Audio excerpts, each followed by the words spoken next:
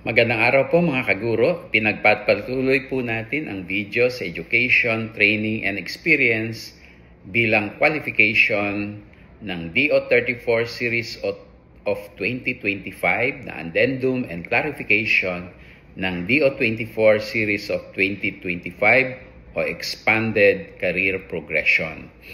Lahat po ng previous experience sa government man o private ay pwede pong makredit kung yan po ay functionally related sa posisyong inyong ina-applyan. Kailangan po na certified ng Human Resource Management Officer, immediate supervisor o sino mang otorisado mula sa inyong dating pinagtrabahuan. Ang experience po bilang head teacher ay pwede pong magamit para sa teacher at school principal. Karagdagan po sa school principal, pwede pong makredit ang experience bilang learning area coordinator, subject area supervision, or instructional supervision.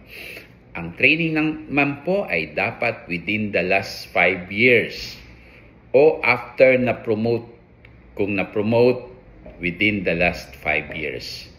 Oras po ang bibilangin dito.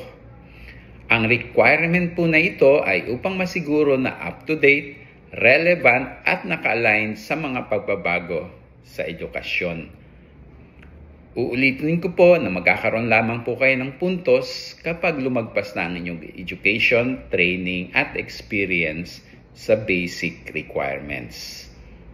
Para po sa inyong katanungan, pwede po kayong mag-comment, paki-like, share at subscribe po sa aking YouTube channel, Facebook page, TikTok at Instagram accounts na Tambayan ni Sir.